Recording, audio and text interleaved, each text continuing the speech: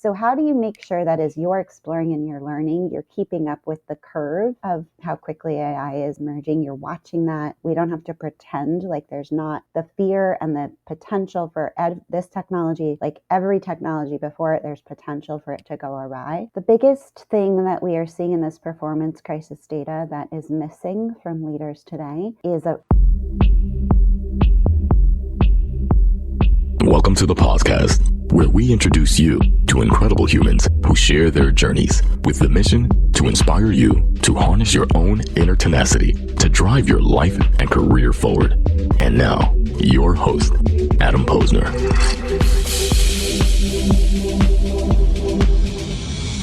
Hey everybody, welcome back to the podcast. We're bringing the best and the brightest in the world of business, marketing, and personal growth to help you harness your inner tenacity and drive your career forward. My guest today is Dr. Gabriella Rosen-Kellerman, a physician, psychiatrist, and a true pioneer at the crossroads of science, tech, and human potential. She's a chief innovation officer at BetterUp, where she leads BetterUp Labs using psychology, neuroscience, and AI to help people thrive. And she's worked with the World Health Organization on global mental health, founded the health tech startup LifeLink, and held leadership roles at Caslight Health. She's also an advisor to several behavioral change startups. So much to unpack here. And she's a co-author of Tomorrow Mind, and her work has appeared in so many of the top publications. A Harvard grad and MD from Mount Sinai, she's been recognized everywhere across the globe. Let's dive in and unpack. Gabriella, welcome to the podcast. Thanks for having me. Thanks for the generous introduction. So many people are like, you just clip that and let me use that whenever I meet people, like in real life, just like hold up my phone. Well, thank you. I certainly just appreciate play it. it in your head as like your own personal pump up music.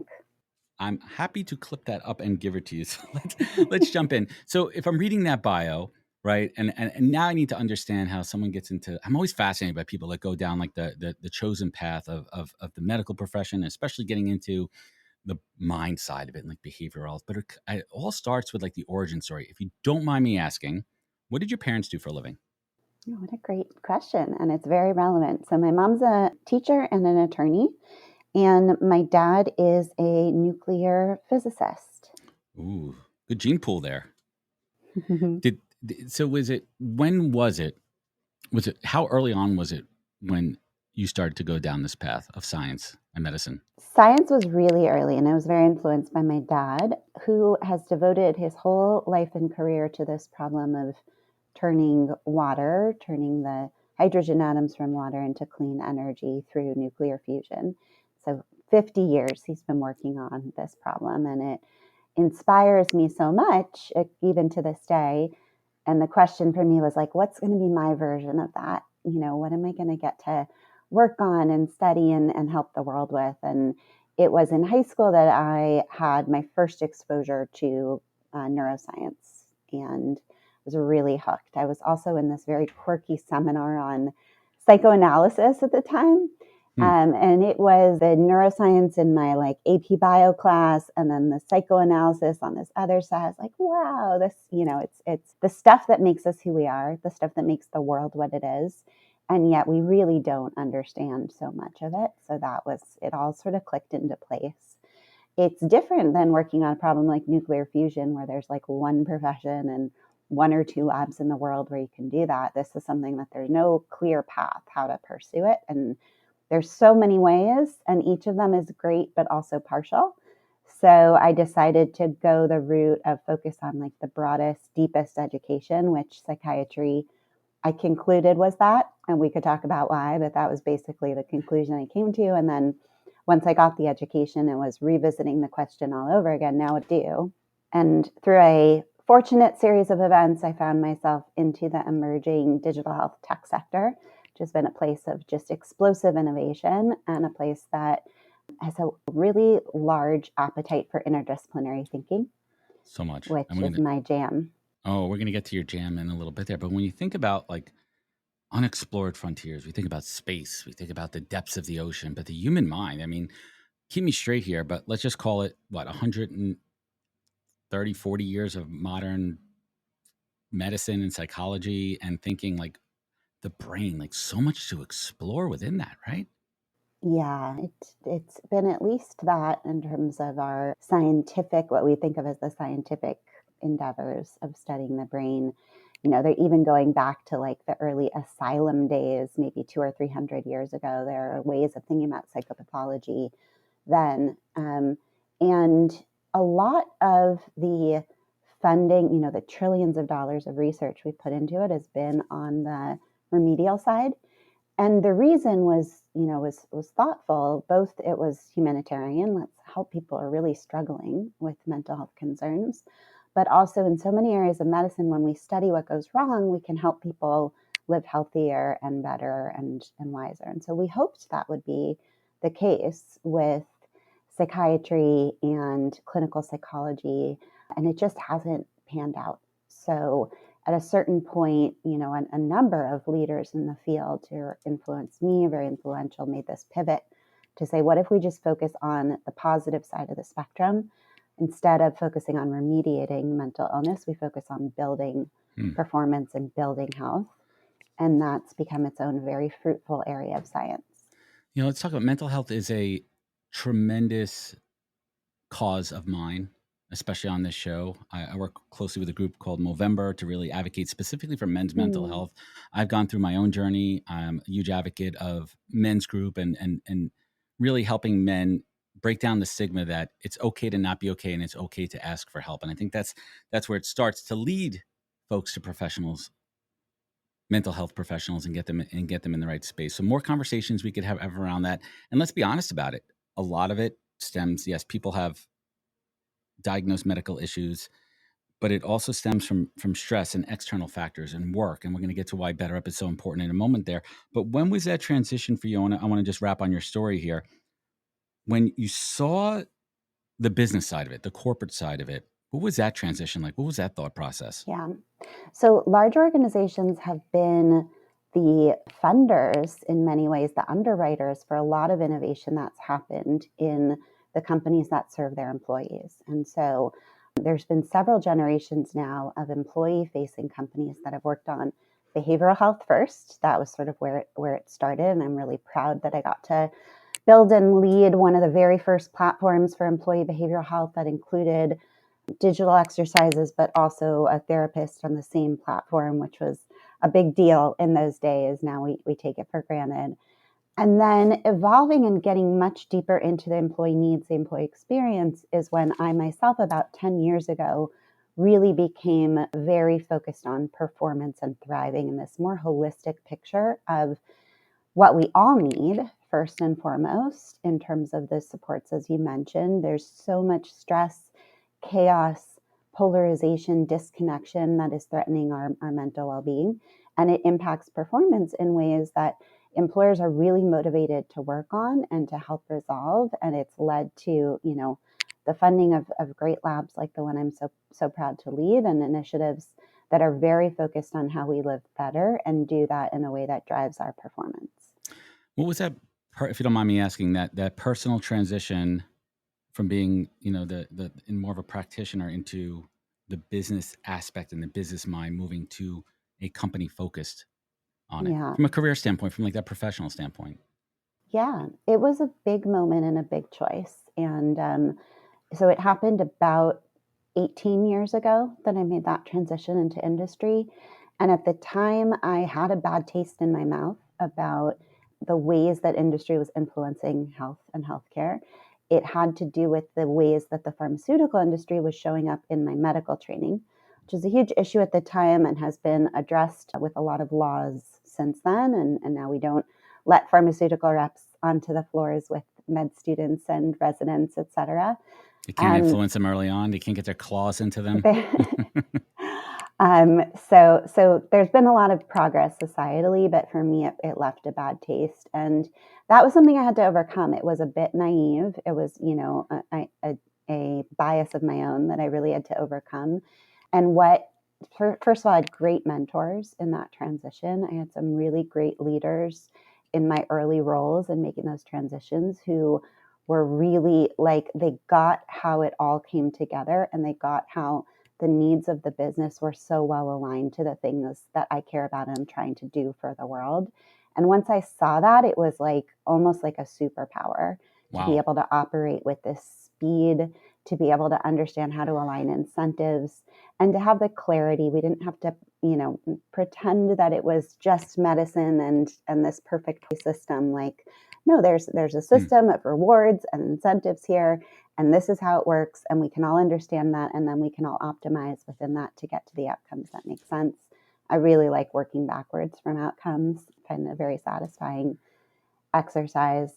And then the idea of like work as where we spend our waking hours, work as the biggest influence on our adult mental health, argue outside of relationships, that we can help modify, was really compelling and fascinating. And I was now a decade into my own work journey as an employee and really starting to think about that side of life in a way that as a child I really didn't. So it's been a huge awakening and a passion. And I today I go to bed thinking about this and wake up thinking about this. And it's endlessly fascinating to me how quickly things are changing, how quickly the experience of work is changing, how quickly what work means to us as members of society is changing. So I feel very lucky to be able to study the mind and the human being through this lens. I absolutely love that. So let's dig in here and talk about performance and human potential. And you said that we're living in a global performance crisis. What does that mean? And like, what are the factors, especially in the workplace? Yeah. So first, I'll tell you how we discovered this. We have our clients at BetterUp are large Fortune 1000 companies. We are incredibly privileged to help their employees with their deep personal and professional growth and development. And that means in aggregate, we have a lot of data that helps us monitor how people are doing and what's going on. And so both in reporting out to a couple of very large individual clients about trends we are seeing over time in their workforce, and then in monitoring that broader data set through the lens of a few specific scientific questions we were asking. One, for example, was what's going on with trust in the workplace. We were noticing some trends Interesting. there. Well, we could unpack that for an hour. Happy to. So we saw all of these indicators going down, and it was very startling. Our first reaction was, what's wrong with our data? Like, what have we gotten wrong? Why this must be an artifact? But we started cutting it by level, by geography, by industry. We pulled out questions and items from various different chapters in our history. So, making sure it wasn't one instrument that was causing the confusion. Overall, we see somewhere between a 4 to 6% in decline in the scores that the people on our platform have across the full spectrum, their professional and personal growth, starting from things like stress management, going to things like focus, things like collaboration, and even things like creativity at work have declined significantly since about 2017, which is when we started collecting the data. So let's pause there for a moment. I want to double back to in a second, but just to level set everyone here, bring us up to speed about BetterUp. Who are you guys and what do you do best? Yeah, we are a development platform for the Fortune 1000. We integrate deeply into the context of a company, typically helping support through big moments of transformation and transition, which are always happening, and then integrating that into the platform so we can reach individuals in moments where they need the most support in their growth and development. That could be around their promotion as a new manager. It could be around moving to a new team, taking on an incredibly challenging new product. It could be around moments where the organization is struggling as a whole, and we are helping each individual build up their resilience. And the optimism and agency that we see in our data is so essential to thriving day after day in this very unusual world of work. Awesome. I'm going to clip that up for you to share also, so you don't have to repeat it every single time. So let's double back to 2017. Would you attribute a lot of it to the spread of information, social media, how that affects our psyche, our mindset, FOMO, like all those pieces? What was that big shift in 2017? Yeah. So interestingly, we did see around COVID, there was a little bit of a bump in some of the scores. So things were like trending a little bit down. Then there was like a boost right in early COVID days, and then a But decline. what factor boosted in COVID days? Because this is the interesting stuff here. Yeah. So Let's dig in. this was something we were talking to our clients about and experiencing with them real time. A lot of companies got into this crisis mode. And in the early days, it brought people together. There was this adrenaline pumping and this sense of purpose. We're in a societal crisis. Importantly, no one felt that that crisis was about their organization or their company, right? It was very depersonalized, which meant that we can all come together as a community in this organization to serve our customers. And a lot of organizations also pivoted from, let's say, manufacturing T-shirts to masks. So there were these moments of how do we swarm together? And I think that's one of these beautiful demonstrations of humanity and what we can do. But of course, the adrenaline doesn't last. Yeah, wears off, and then you're at the bottom.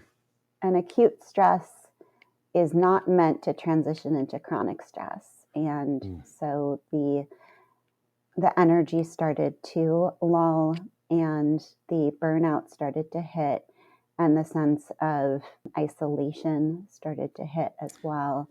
And then Major in the factors. background, you've got a ton of political turmoil. You've got a ton of isolation just from others, not just at work, but there's a real connection crisis. There was the return to work call, which some companies handled better than others. And then now, today with the rise of Gen AI, there's a tremendous amount of fear and uncertainty that's driving how people are reacting. So all those things come together. Psychologically, we could talk about a few common drivers and targets for how to help people. But all of those things seem to be accounting for why every level and every industry is hit. I want to dig in a little bit to it's more of a thesis versus hypothesis, if that's even scientifically lingo that I'm saying there. I talk a lot about in the last, obviously we've all been through this COVID crisis. Some of us come out better on the other side. But when it comes to performance, something that I've been talking about since the beginning of the pandemic, so many people are like, oh, it's amazing to work from home. It's great. I don't have to commute and all that. And that's a very blanket statement. It also excludes so many people where their home is not optimal. In fact, it could be detrimental to their careers. Right. Their home is not an optimal workplace for them to be their most productive, best self. Some people, a lot of people, when they go to an office, it's like an athlete going onto the field, putting on their uniform, they're locked in, and I'm focused on work and I'm my best performer. You have so many working parents that had to go from the office, which was their focused sanctuary of getting stuff done and being productive and best at their job, to now a dining room table with a laptop typing all day with kids and pets and all these things. And the one that gets me the most is it's almost comes from a place of privilege where people assume that working from home means everyone has a home office and a great place to work. That's detrimental. So if you're a working parent and you're trying to be productive and successful at your job versus, let's just say, a single person who has no distractions, where they're really able to focus, nipping at your tail coming up, that's another external stress factor that affects performance. Did you see anything around that? Yeah, we saw a number of trends, and I'm glad you called out how individual this is, because Yes. I'll share some demographic trends, but So I'm onto something there 5 years later. 100%. But every person's experience was different. So some people may feel unseen by these trends, and they're just trends. Unseen. That's exactly what yes. So yes, what we saw was younger folks, the younger generations wanted to be back in the office sooner.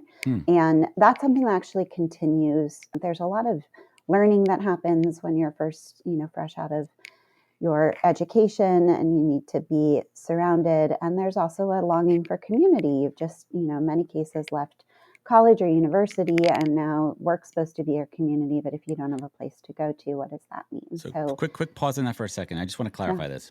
So, because everyone out there, there's a lot of misinformation. So your data is showing that a sizable amount, proportion, percentage of younger folks, and you could tell me the generation or age in a little bit, are actually yearning to be in a physical office space versus what you hear on LinkedIn where people are really happy working from home. So we study full-time employees. So just so you know, this is people are already in the full-time employee pool. Right. But within that pool, the younger end of that pool was more eager to return to work than the folks who were more tenured and probably further along in their personal lives. I understand the older generation too, but I also understand if I'm making a blanket statement, that a lot of folks, I'm assuming, are older family, not living close to their office where they're happy to not commute. Right. The commute, not having the commute became a factor. It's a huge factor. Once we started to figure out schools, so now all that stuff, chaos you were talking about, now that's starting to resolve on the home front. Not having the commute became a big factor for a lot of parents in particular. One finding that I love to share, because it's very counterintuitive on parents in COVID. So early days, I had this hypothesis. I have young kids, had young kids at the time. I had this hypothesis, like, parents of young kids must be struggling the most right now. So let's look into this and see who's having the worst time. Let's see what the numbers tell us here. Who's and having the worst time data report? I was totally wrong. So the parents in general were showing higher levels of resilience in early COVID, and in particular, parents of young kids.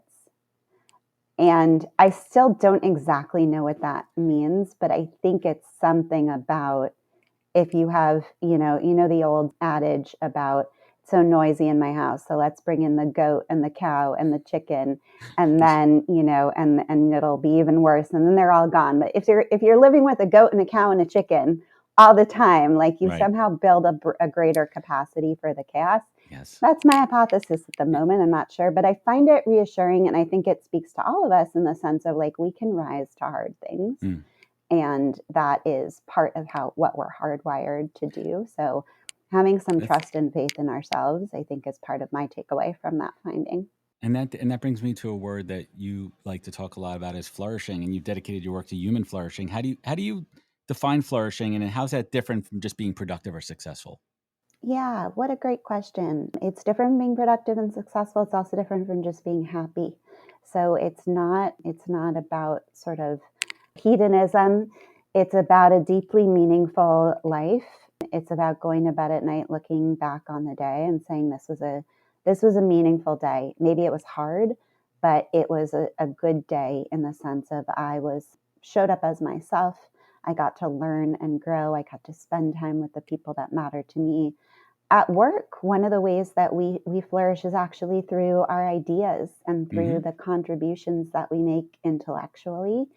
And that's something that I think is also a little bit at risk today, in the sense that our devices, our media, our messengers, it interferes with certain kinds of intellectual outputs that are really gratifying and important to our sense of intrinsic motivation.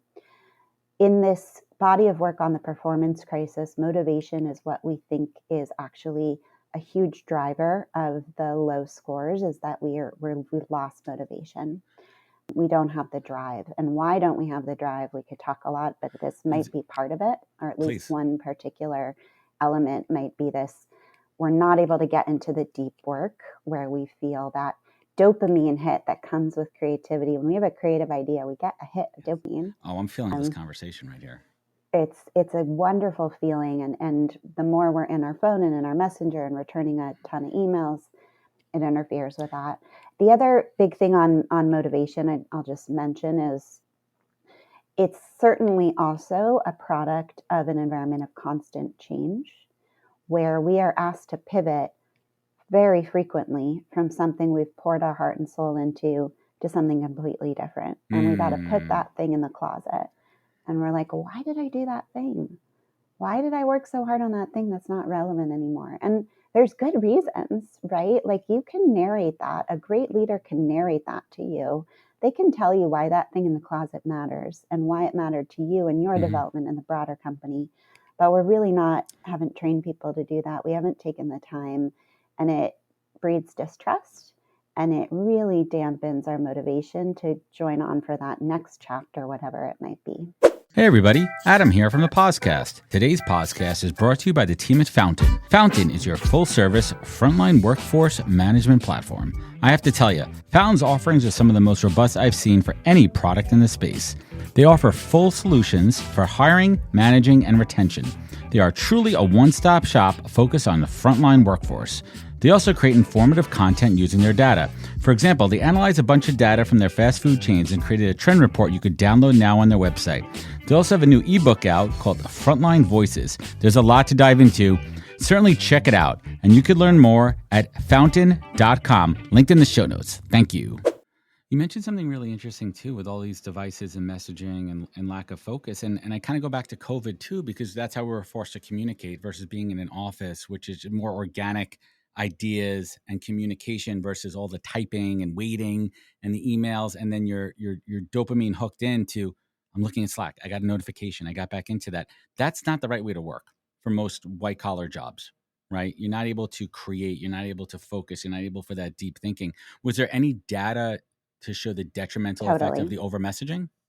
Totally. So the way it shows up is the difference between busyness and productivity, or some people would call that productivity, the busyness, productivity, and sort of business outcomes. So a lot of wasted energy and things that felt like I was doing my job, and I was maybe even working more hours in COVID than I was. There was a lot of articles showing productivity is up in COVID as people work from home, and why is it up?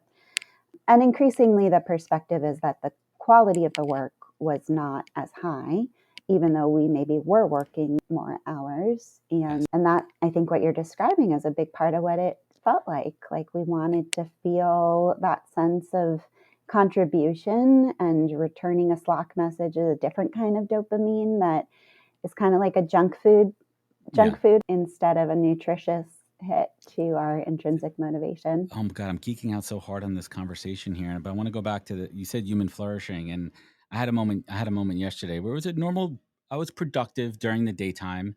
And then I went into the city for a couple different meetings. They were all relationship driven focus. And you said the word flourishing, and I felt that in those moments. I felt I was being my best self and having incredible conversations. And then I'm on the train home and I'm talking to my wife about it. I'm like, these are long-term seeds that I've been planting, and they're flourishing.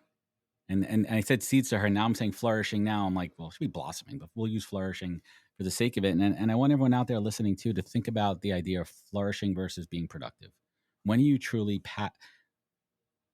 hopefully most of us are in a role in a career that we're truly passionate about. Not everyone has that luxury, but if you are in that role, find those moments where you could flourish and think about what's making you flourish in those moments and try to find more of that. But you can't be flourishing all the time. Sometimes we got to get stuff done, right? There's a day-to-day of it, but think about those moments of flourishing. And if you're not getting that, think about how you could change that, and not just changing jobs. In that same breath, you said something about leadership and management. What is the data showing how leadership and management help people flourish better? Yeah. So the biggest thing that we are seeing in this performance crisis data that is missing from leaders today is a recognition. People want to feel seen, recognized for their efforts by their leaders. And the leaders can say something small and it comes through a megaphone to the people who report to you because of the power dynamic. This is true with parents, teachers, and our leaders at work in terms of that kind of megaphone effect. So know that you don't have to go overboard. It doesn't have to be like a marching band of recognition, but small words, small statements, they help connect us. They really help drive that sense of this work mattered.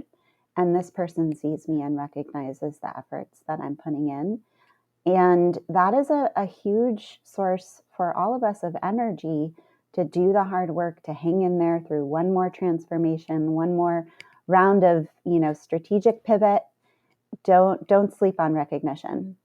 Something as simple as a quick, hey, great job. Nice work on that. Little things. I mean, I practice with my kids all the time. My little 7-year-old is learning baseball right now, and positive reinforcement. It doesn't have to be a whole grandiose, celebration with a certificate. Just making the effort to recognize people when they do hard work. I want to pivot and talk about the buzzword du jour, which is AI. And I want to talk about the future of work. And we think about how AI is rapidly reshaping the workforce, right? With so many things. And the first part I want to really hone on are human capabilities becoming even more critical, not less critical. And you hear it all out there. AI is going to replace your jobs. AI is going to replace skills. And people saying AI is going to replace skills. And I try to refocus the conversation that it's going to replace not your job, but skills. So you're going to have to try to reinvent. You're going to have to reinvent yourself because it's happening, whether you like it or not. The technology is moving at a pace where certain skills are going to be replaced. But if you look at it from the optimist side too, there's going to be more of a need for the human side of it. What are your thoughts? What are you seeing? Yeah. So one of the surprising things we're finding right now, as of this year, is that a lot of the skills from the knowledge work era around collaboration are actually back to the fore of what we need with AI, because this is a new collaborator. So we're figuring out how to interact, manage, delegate to a totally different kind of a team member, while also doing that with our human team members. And our brains are essentially ingesting a new species in the world, figuring out how to relate to it, how to make it work with the existing human species that we're working with.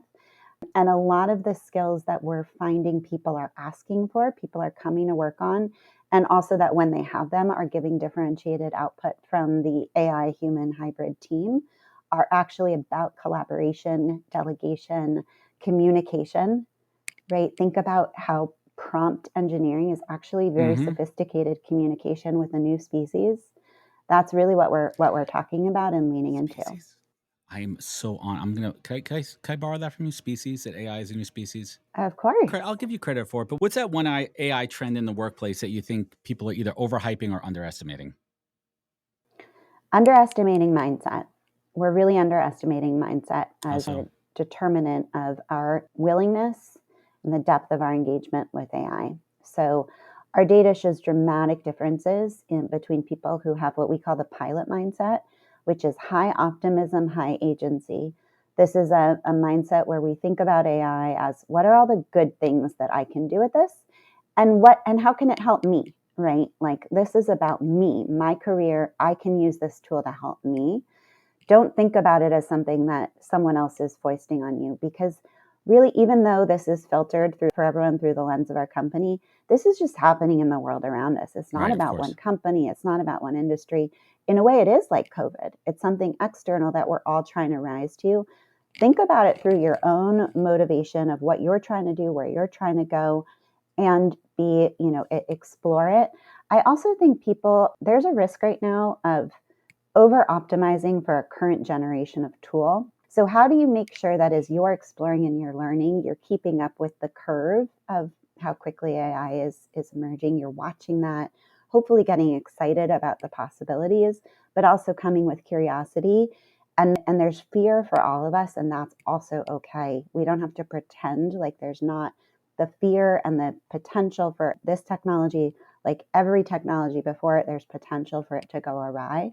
That's okay. You can hold that, and you can still have optimism about where you can get to through this and on the other side of it. That is going to make such a good clip, what you just said. That was so good. I'm like tingling. That was awesome. Thank you for synthesizing so much what I'm thinking and articulate it in a way that I think everyone can understand. I certainly appreciate that. I want to talk a little bit about your book, Tomorrow Mind and PRISM. And you introduced the concept of PRISM, which are 5 key skills for the future of work. Would you mind breaking that down, and let's unpack that a little bit? Yep. So the acronym PRISM is for prospection, which is our ability to imagine and plan for the future. R is resilience. I is innovation. S is social connection. In particular, how do we quickly build trust across difference? And then the M is mattering and motivation, which we've already touched on a bunch today. Which one do you think people struggle with the most out of those, and why? So I think it's dynamic. I think they're all important today and will be going forward. I think if I had to name which 2 of those is most important today for leaders, I would say it's the P and the M, mattering and prospection. So we've talked about mattering a bunch. Prospection is so essential today for leaders. We need to be seeing out ahead of what's coming. That's what gives confidence to the people who report into us. And there's a lot of almost a helplessness that we hearing from leaders, in the sense of, I'm not sure where it's going. We're going to do our best. I'm not sure where it's going. And that's not like in any way morally deficient. In many ways, it aligns to a value system of transparency and vulnerability, and those things are good. But what people need, this is a true moment of leadership. And what people need from leaders today, they need us to be thinking really hard about what's coming. They need us to be scenario planning like crazy. They need us to be painting a picture of strength, of foresight, of here's where we're going to go, here's the moves we're going to make. And no one expects you to have a crystal ball. They just expect you to be doing that work and then communicating it to them in a way that gives them confidence to follow you. Ooh. We're going to link that book up, everyone, in the show notes there. And you co-authored the book with Dr. Martin Seligman, who's the father of positive psychology. How did that process shape your own thinking? What did you learn from working with him? Yeah, so Marty is, We'll call Marty. Enormous privilege to work with Marty over about 8-9 years now. He was the person I most wanted to collaborate with through Better Up Labs, and we've been researching together now for all that time. This book was the product of that research that we've done. Marty had already influenced me deeply before I met him, in the sense that he was one of the foremost thinkers shifting focus from a purely remedial way of approaching what people need from psychologists and psychological science to this health promotion, well-being, flourishing promotion, scientific approach, which is really, it was a very big paradigm shift for the field. If you could just take just one Tomorrow Mind skill into every organizational culture overnight, what would it be? Prospection. Yeah. And we talk about leadership, right? And we talk about what's missing in modern leadership right now. Like where's the deficiency? I mean, I feel it. I feel it in conversations with leaders. I feel that I've been post-college in the workforce for 25 years at this point. So I feel like I have a large enough sample set to get into it. And I feel it's missing. I feel like I mean, obviously there's great leaders out there, but is it a lack of mentorship? Is it a lack of training? Is it distractions? Like, what is that factor that I think we have a big leadership delta right now? I agree. I think that there's a sense of overwhelm from the pace of technology, from, the feeling of I'm not sure where it's going. I also think we're in a very reactive market that, the sort of short-termism of the quaint, it makes short-term thinking look quaint, because today it's like, instead of optimizing for the quarter, which was the whole idea of short-term versus long-term thinking, it's like we're optimizing for the news cycle, which is now about 30 seconds long. So that is really undermining our motivation and our capability to be prospective. When I see, these messages out there about just spend as much time as you can with AI and automate something as quickly as you can, it's not wrong that that's a message coming from leadership. We do need our people to be transitioning, but that's just action. That's just a sense of motion. It's not in service of a particular vision.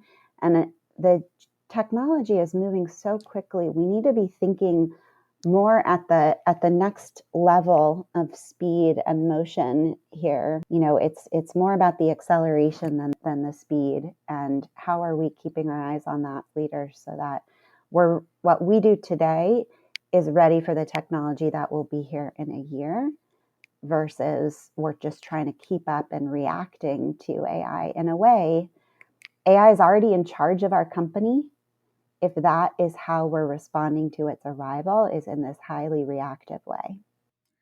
Acceleration versus speed. Never even thought of that. There's a big difference between those two and how you think about it and you apply it in the business sense. Before we get to the end of the conversation here, I want to talk a little bit more about Better Up. And Better Up lives at the intersection of psychology, neuroscience, and AI. What is the most exciting or unexpected insight your team has discovered lately that's really getting your juices flowing that you guys are building on? So there's so many. It's like making me What's the choose top of my mind? favorite First one. child. The first one that's top of mind is this beautiful work the team did on metaphors for AI. So what metaphors have we used for Gen AI, and how has it changed? And in 2023, we were much more likely to use metaphors for AI that were things like machine or network. And today, we're much more likely to use metaphors like teacher or work assistant. So much more human.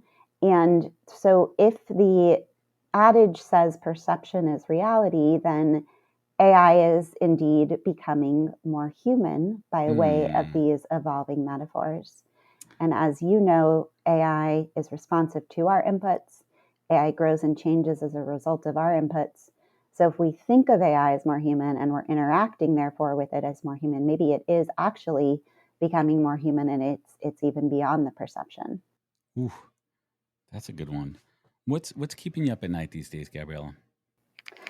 I am anticipating that we will see more in the way of workers being replaced by AI, and thinking about what those workers do next, thinking about how as a society do we create safety nets for those folks, and also how do we think about where we derive our meaning and our purpose in between stints of employment.